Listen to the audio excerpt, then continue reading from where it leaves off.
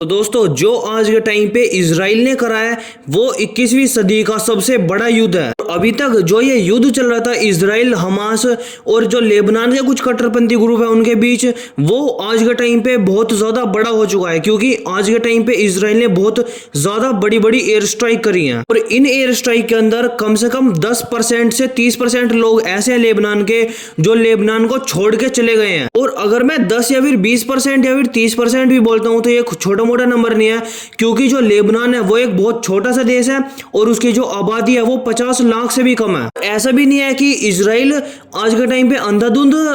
Air strike कर रहा है लेबनान के अंदर, पर लेकिन वो एयर स्ट्राइक जो कर रहा है वो उन सभी चीजों को टारगेट करके कर रहा है जहां पे आज के टाइम पे हिजबुल्ला के कमांडर और हिजबुल्ला के जो उनके एक लोग हैं वो रहते हैं। जो वेस्टर्न मीडिया है वो ये रिपोर्ट कर रही है कि आज के टाइम पे अभी तक इजराइल ने कम से कम 600 से 700 के करीब लोग मार दिए लेबनान के अंदर। अभी तक कम से कम 30% ऐसे लोग हैं जो लेबनान के साउथ वाले पार्ट से अपना घर बार छोड़ के नॉर्थ की तरफ चले गए हैं या फिर दूसरे और जगह चले गए हैं। लेबनान ऐसा मत मानना कि एक मुस्लिम कंट्री है, क्योंकि यहाँ पे 30-40% कम से कम क्रिश्चियन रहते हैं और वो सभी आज के टाइम पे ये सोच रहे हैं कि जहां भी लेबनान के अंदर सिक्योर इलाका है वहां पे चले जाएं। जैसे कि वो साउथ का जो पार्ट है वो कंप्लीट छोड़ के जा चुके हैं और जो इनकी राजधानी है वहां से भी वो छोड़ के जा रहे हैं और वो पलायन कर रहे हैं नॉर्थ की तरफ। बहुत सारे लेबनानी ऐसे लोग हैं जो आज के टाइम पे अपना देश छोड़ने के लिए मजबूर हो चुके हैं और दूसरे देश के अंदर सेटल होना चाहते हैं। और ये बात सिर्फ यहीं पे नहीं रुकती, बल्कि जो इजराइल के कमांडर हैं उन्होंने ये बोला है कि अगर आज के टाइम पे हिजबुल्ला अपने जो रॉकेट अटैक है इजराइल के अंदर वो नहीं रोकता है तो हम अपनी जो आर्मी है ग्राउंड के ऊपर उसे भी उतार देंगे। और जो स्ट्राइक चल रही है लेबनान के ऊपर और जो उनकी बैरूत यानी कि लेबनान की कैपिटल है उसके ऊपर कंटिन्यूअसली स्ट्राइक चल रही है अभी भी इजराइल की। और अगर इजराइल को ये लगता है कि इजराइल के ऊपर कहीं से भी अटैक हो सकता है या फिर इजराइल को थोड़ी भनक भी लगी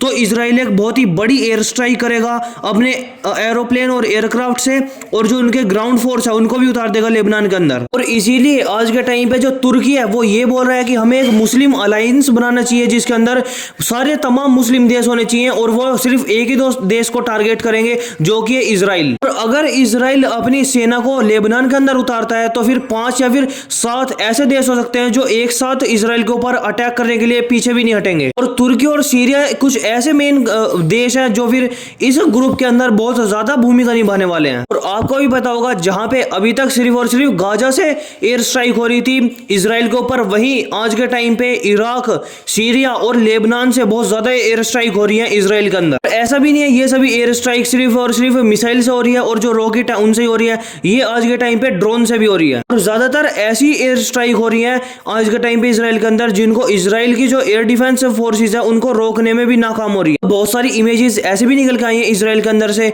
कि जो उनकी मिसाइल है उन्होंने डायरेक्टली हिट करा है इजराइल के शहर को। और आपको ये भी पता होगा कि आज के टाइम पे यमन के जो हूती विद्रोही है उन्होंने एक एयर स्ट्राइक भी करी थी इजराइल के अंदर एक हाइपरसोनिक मिसाइल से। और अगर इतनी खतरनाक लेवल की टेक्नोलॉजी अगर इन सभी गुटों के पास आ गई तो ये बहुत खतरनाक हो सकता है इजराइल के लिए। जितना जल्द से जल्द हो सका है इस जो भी ये वॉर चल रही है इजराइल और इन सभी के बीच, इसको रोकना होगा। बाकी इस न्यूज के ऊपर आपका क्या व्यू पॉइंट है वो कमेंट सेक्शन में जरूर बताना और लाइक और सब्सक्राइब जरूर कर लेना।